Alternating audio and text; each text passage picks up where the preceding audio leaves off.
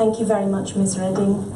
Happy New Year to everybody, and welcome to everyone here today for this breakfast, which is also marking the launch of this year's, or last year's, Internationalised Domain Names World Report, which is a publication, collaboration between EURid and UNESCO with the support of the regional country code organisations like CENTER and its international counterparts, as well as VeriSign.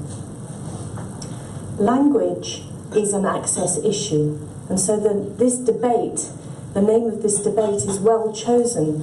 And when we talk about internet access and enabling people to come online, language is often missed out as part of those access debates, but it is a key element that enables people to enjoy the same, as Ms. Reding was saying, the same rights, the same sort of benefits, the same experiences that they have offline.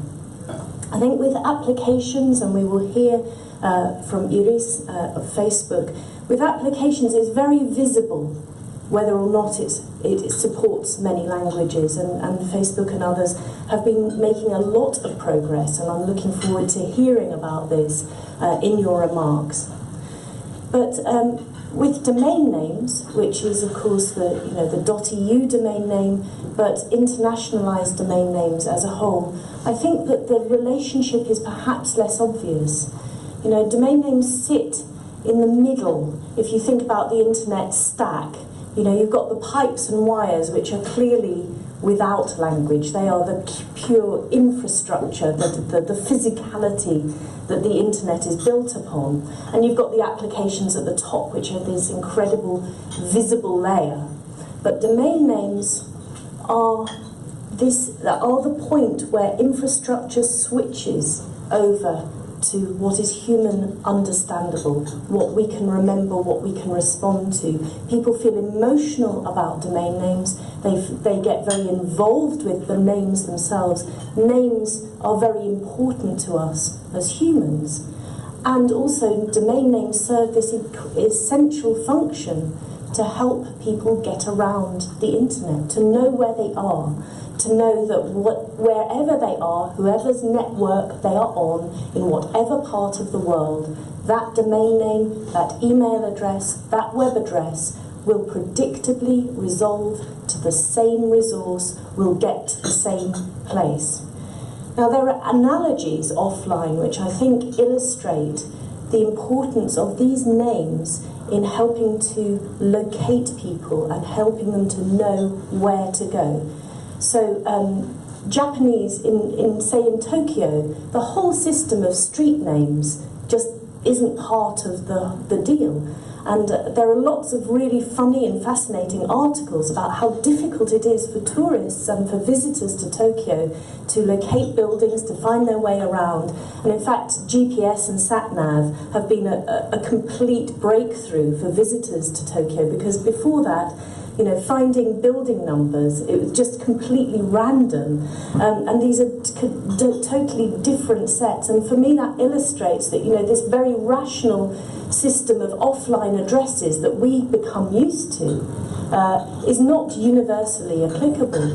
And also in Ireland, my whole family is from Ireland, and Irish postcodes have only just become compulsory, and in the intervening period where postcodes didn't exist, all sorts of unofficial systems have come into play, whether it's using GPS coordination or ordnance survey map coordination, all of these things, or even just sort of in country areas writing someone's name on the envelope with the rough area, and usually it gets there because everyone knows each other. But I think that this illustrates that addressing is important, but also something that is universal and accepted everywhere is also important, because when you have unofficial systems that have grown up, say in Ireland, to deal with the lack of postcodes, what happens is that there are unforeseen consequences. So there is an example of one address in Fermanagh, which is a place near the border in Ireland, where the address and the postcode had actually changed 13 times over the last 15 years. And that affected the credit rating of householders in that area. So there are all sorts of addresses. There's a lot that flows from them, and internationalized domain names are part of that picture. So what are internationalized domain names? I think we'll hear a bit more from Peter explaining what they are. But they just, as Ms. Reding said, they enable people to have an address in their own language. In the European Union, 24 official languages supported by EURid, and as of last year, the .eu domain in Cyrillic script to support Bulgarian internet users. So since 2011, we've been tracing the uptake of internationalized domain names as they've spread through the world, and our data set goes back to 2009. So we can say that as of December last year, or in December 2016, there were 8.7 million internationalized domain names, which is actually a growth rate of 28% on the previous year. Sounds brilliant. Really exciting, double-digit, nearly 30% growth rate, until you realise that almost all of that growth is down to one domain, which is the second level under .cn for China. That grew from 500,000 to over 2 million in that space of time, the 12-month period. So when you take China out of the picture, you've got a much more level type of growth, about 4%. And we've already started gathering the data for next year's reports, and as usual, we're seeing a slight depression in the numbers. So despite internationalized domain names being on the market since 2000, they are still only 3% of the world's domains. Think about how many people work and speak in scripts that are not Latin-based, and that 3% is quite a soberingly low figure.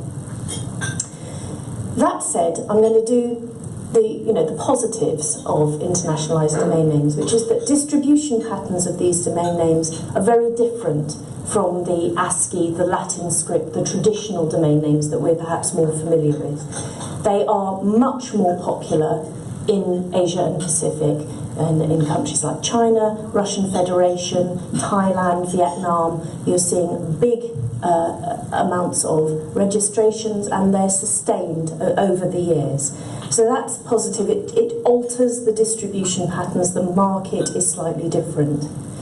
But also, we have been spending over the years a lot of time tracing the usage of these domain names and looking at the language of web content associated with IDNs. And the patterns are very different. So whereas, as Ms. Reding said, over half of web content writ large is in English, what we see is that with IDNs it's about 11%. So it's still over the level of those who speak English natively, but the linguistic diversity, you see a much more even spread of the major languages. There are still gaps, but web content is more linguistically diverse with IDNs, for sure. It's also, when you look at the script of IDNs and the language that IDNs, these are names, they are meaningful, and they accurately signal the language of web content that you find. So when you have Cyrillic script domain names in the EU, under the EU domain, you will tend to see Bulgarian language content. You will tend to see Chinese language content with Chinese domain names, and so on. So they do work as signals for multilingual content. So that's all the good news. They're great for multilingualism. The challenge, and the one that we all need to be aware of, is that they don't work very well. They're a pain to use. They don't work for email. The reason why you can't sign into Facebook with your IDN email address is that emails don't predictably work. So if Facebook tries to contact its user using an IDN email address, it probably won't work, and so those vital communications won't get through. Now, this is not adequately, it's not urgently dealt with enough. There are very good initiatives. For example, ICANN has coordinated the Universal Acceptance Steering Group, but there is not a lot of work to be done, but people need to do it urgently and enable these vital things that people are excited about to be not just registered, but to be renewed and used and to enhance linguistic diversity rather than be there as this tantalising promise of something that might be. You might be able to speak your language online. Oh no, you can't, because it doesn't work. So this is the challenge that policymakers, that technologists, that all stakeholders need to take up with vigour, and the European Union is well placed to support this important work, because, as you said, Ms. Reding, multilingualism is in the DNA of the European Union, and to support and to help to put a fire under this important work in a way that brings people to the table, that makes it this essential work happen, that would be a very useful thing.